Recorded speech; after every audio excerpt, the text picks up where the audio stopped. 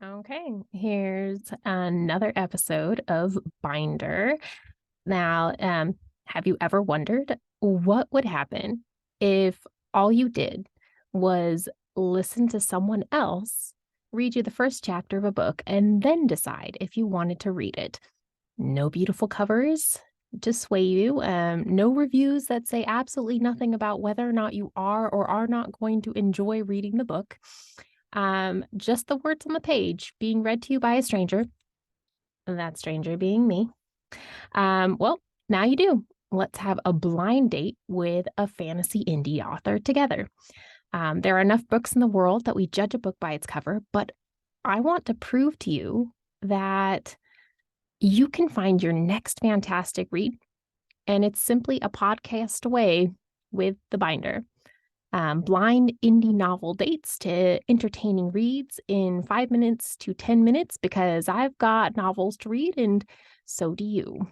And yes, I am reading this from my own notes because sometimes I get so flabbergasted I can't remember what I need to say. So bear with me.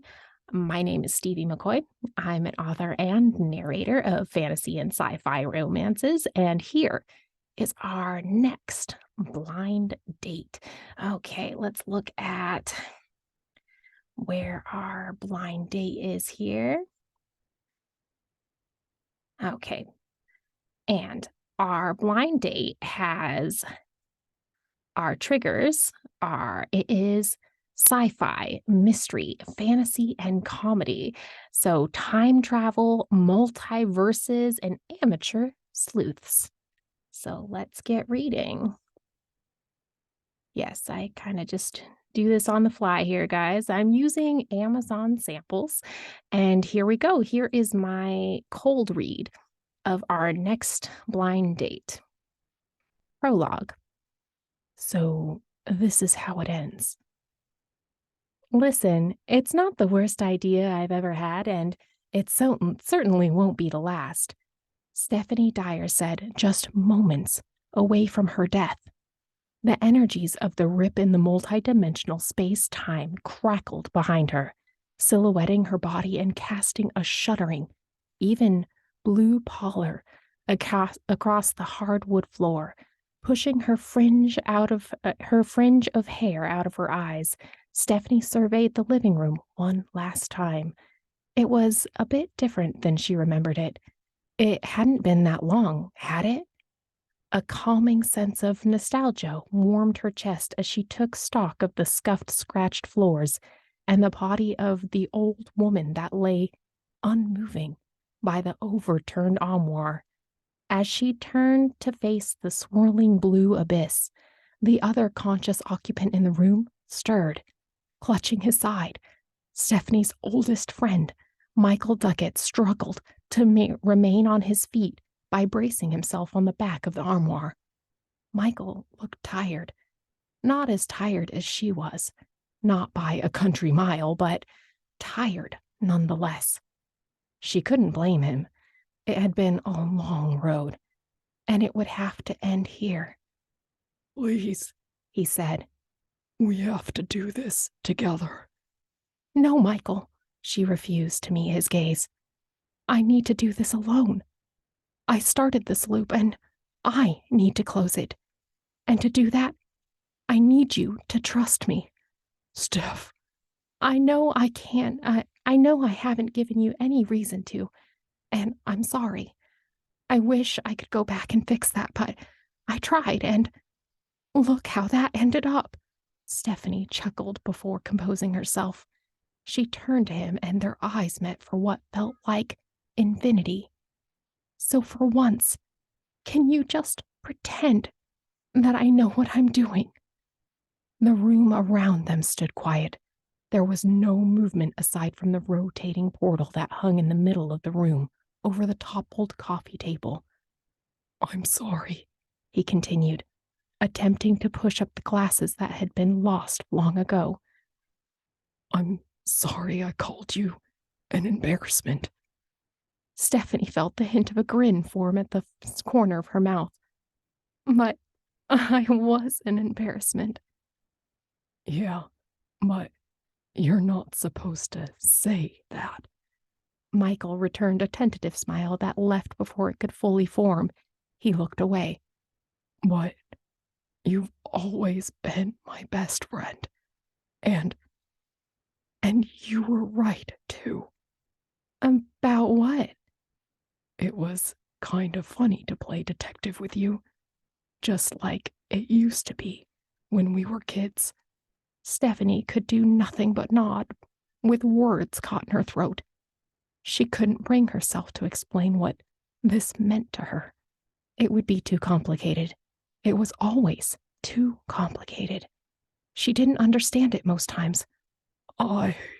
Michael sputtered a bit. I don't want you to die. Neither do I. You think I'm doing this for my health? Of course, trying to lighten up dour times with a joke was Stephanie's natural instinct, and her last moments were no exception. But to her credit, she pivoted right back into earnest sincerity. You're my best friend too, Michael. I'm trying to help you, like you always did for me. Just think of this as my way of saying thank you. For what? For putting up with me. Stephanie winked and let out a small sigh before turning to the portal, which had begun to emit a low, angry hum. She didn't know what lay on the other side, but in her heart, she knew that the next jump would be her last. The story couldn't end any other way, and she had to try to end it. It had to be her.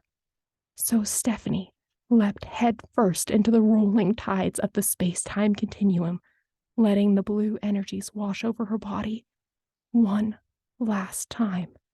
As she left this universe and this time behind, she closed her eyes, all too ready for the inevitable. It may have been the end, but at least it was a pretty badass way to go. And that was the end of the prologue. Okay, so who was this mystery blind date? Did we like it? I'd have to admit, that was pretty awesome. And yes, this is my cold read, so there might have been a couple of stumbles, but I liked it. This one was called Duckett and Dyer, Dicks for Hire by G.M. Nair. So if you liked this blind date, please check out the show notes, like and follow this podcast, and go check out that read. It is actually free to read with Kindle Unlimited or $3.99 to buy, but I'm a Kindle Unlimited girl myself, so I could read it for free. Check out this author, and the link is in the show notes for this book. It sounds pretty awesome. So, and based on this little blurb, apparently it's an SPSFC 2001 finalist, a book blogger's novel of the year for 2022 semi-finalist, an Indie Ink Funniest Award finalist, and Indie Finalist Fun 2022 award winner. So I guess by blind dates, if you liked it, it's been liked by other people. So go check it out. Again, this has been a blind date with Binder. I know I have no idea what I'm doing most of the time, but I guess I should end it there. But please like, subscribe, and check the podcast out wherever it's found. And my name is S.M. McCoy. I'm a sci-fi fantasy novelist myself. You can check out my stuff. Links in the show notes. And if you want to support this podcast, please do like, subscribe, and share it with other people. Thank you so much. I'll see you next time. Where's this thing? How do I do this again? Oh, yeah. Bye, guys.